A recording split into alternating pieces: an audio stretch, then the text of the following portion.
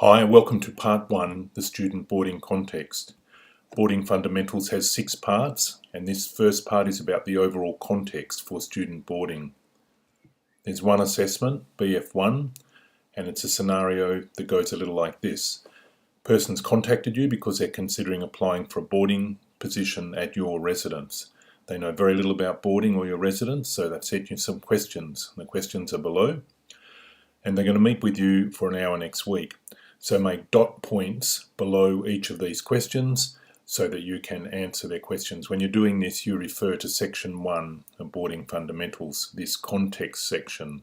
And you can see the questions are like this: explain the current boarding scene internationally in your host country, tell me about relevant support organisations for staff, and so on. So you just make the dot points underneath those.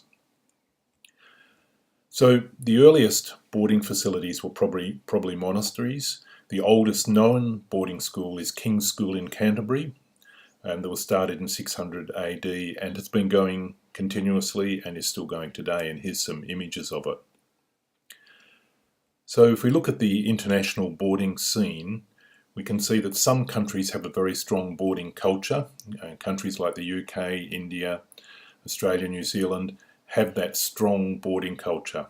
Other countries have boarding schools, but the tradition is not as strong, and that's countries like the USA and Canada. Some countries have very few boarding schools at all, and that's countries, I guess, like Germany, Netherlands, places like that.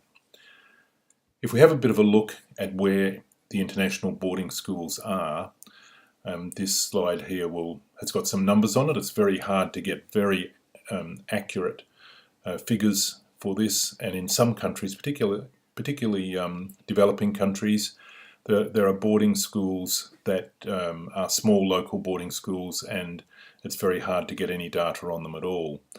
But in China there's 100,000 boarding schools, UK 770, USA 284, and so on, and you can see the boarding schools in Africa, India, New Zealand, etc. It's an unusual situation in China, 100,000 rural boarding schools for 33 million students.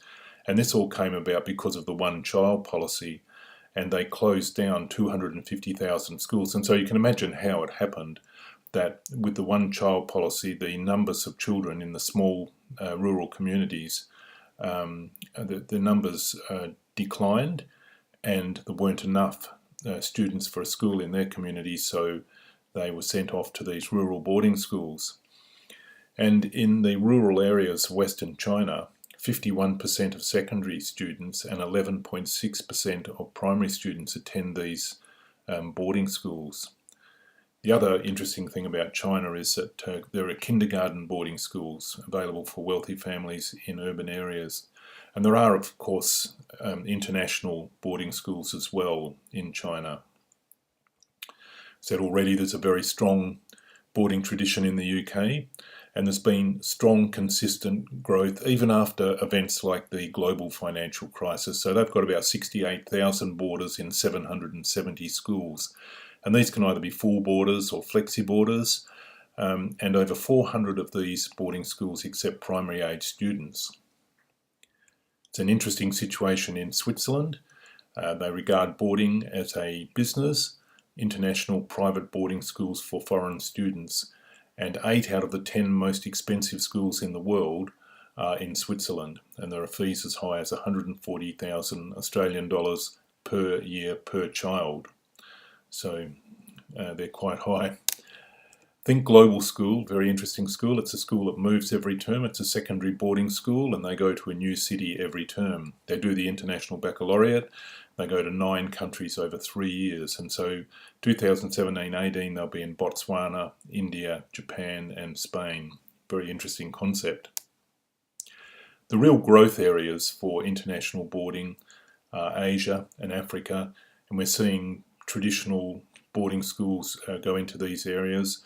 This is Branksome Hall in Asia, and the local governments in these host countries are also contributing towards having these schools there. They want these schools in their countries.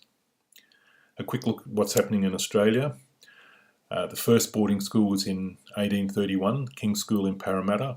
the annual fee for boarding and tuition was £28, and so that's probably about $40 but only very wealthy families could send their boys to boarding schools, and of course girls didn't attend at all.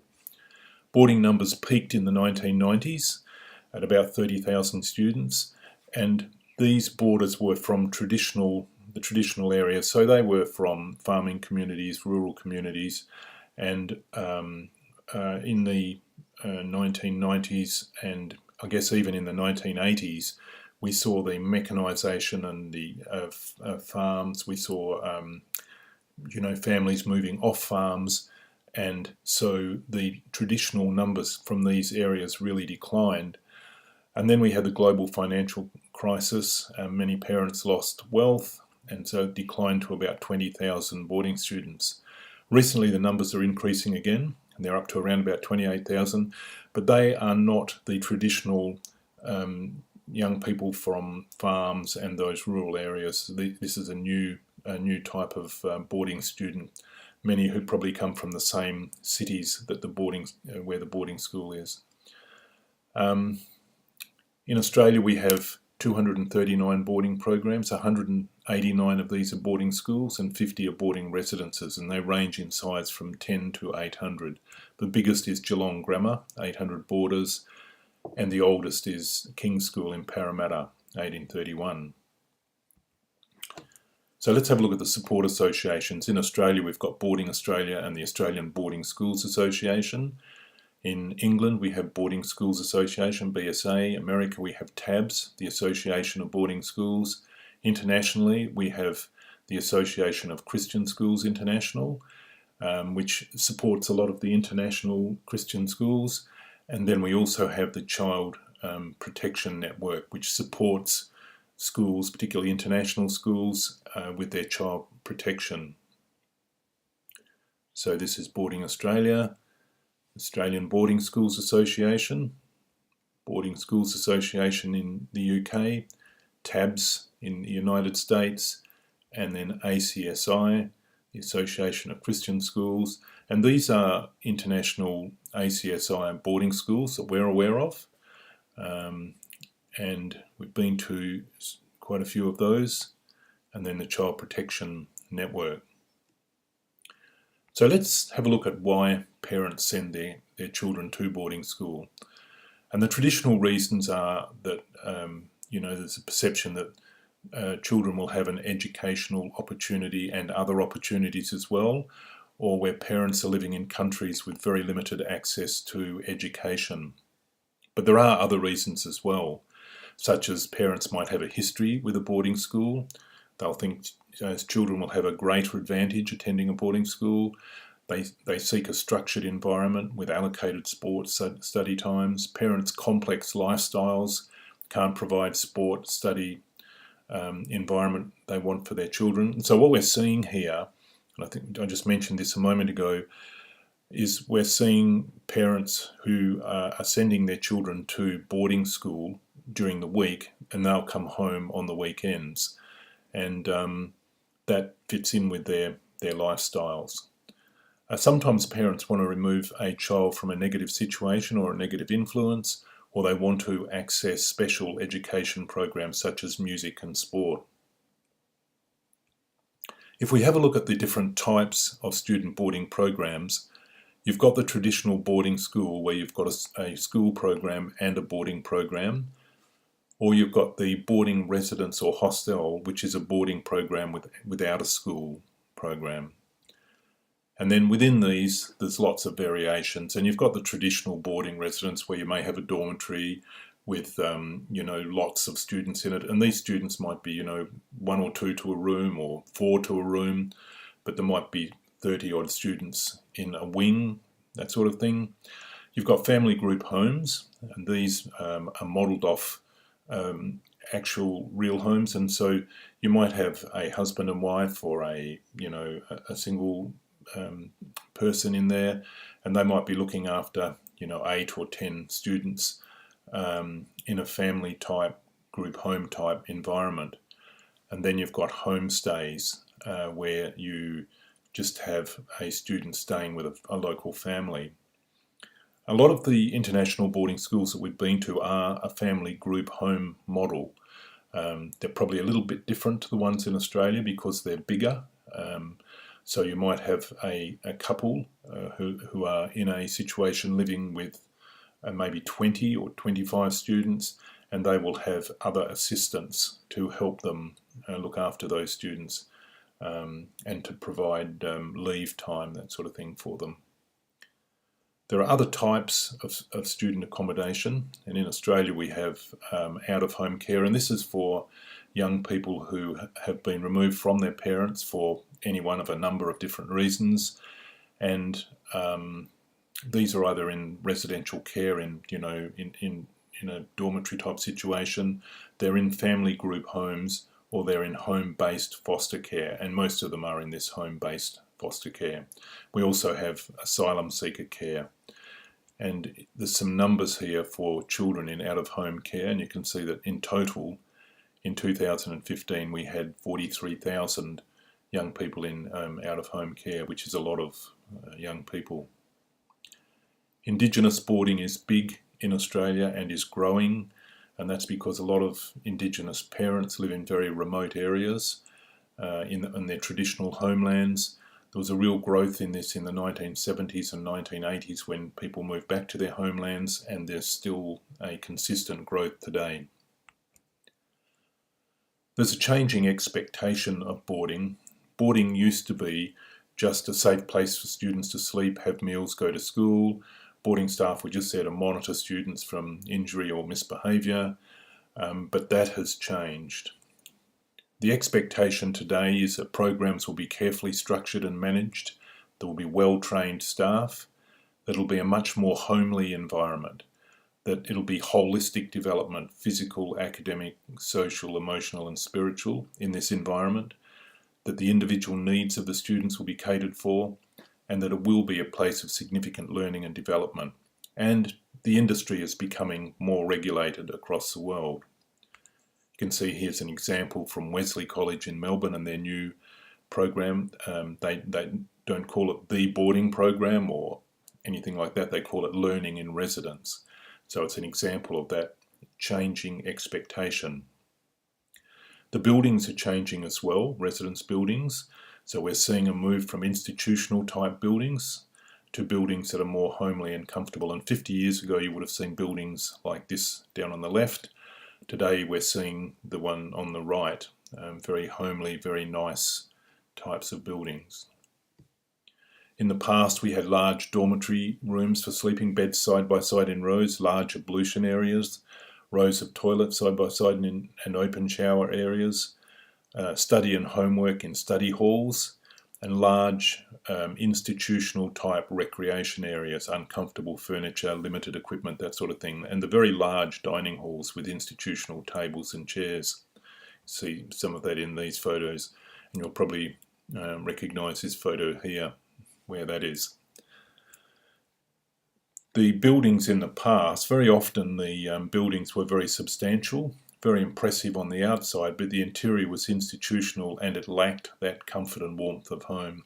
And when I first got involved in boarding in the 1970s, the boarding houses were very much like this image that you can see here, just metal beds lined up in a room, very little personal space. You also had this situation where you had found space, and found space is where you utilise a building that was designed for another purpose, but it's made into a dormitory or a boarding residence because that's all you've got.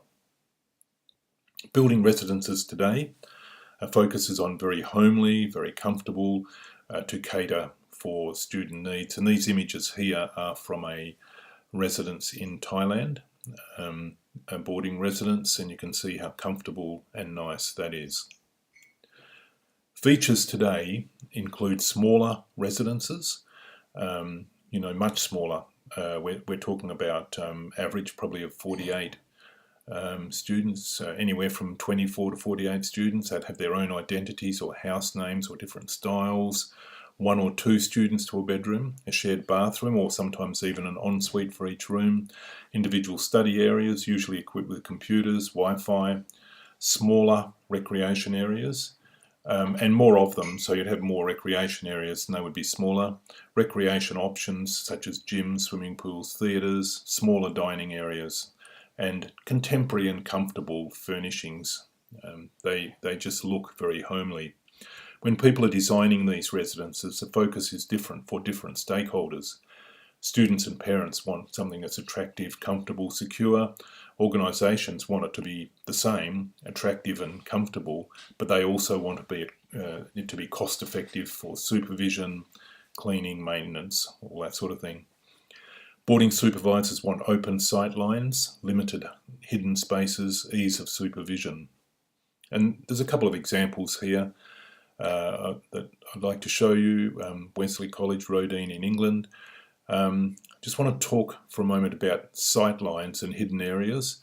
Supervision is simpler and more effective if supervisors can see large expanses of an area at the one time, so good open sight lines. It's more difficult if there's lots of obstructions and hidden areas. And this is the Wesley campus in Melbourne, the new campus, and you can see that a supervisor can stand there, look at that site and see most of the site in one glance. And a lot of these current facilities have the rear of the buildings are blocked off, and so students can't get to the rear of the buildings. They're either inside the buildings or in these open areas.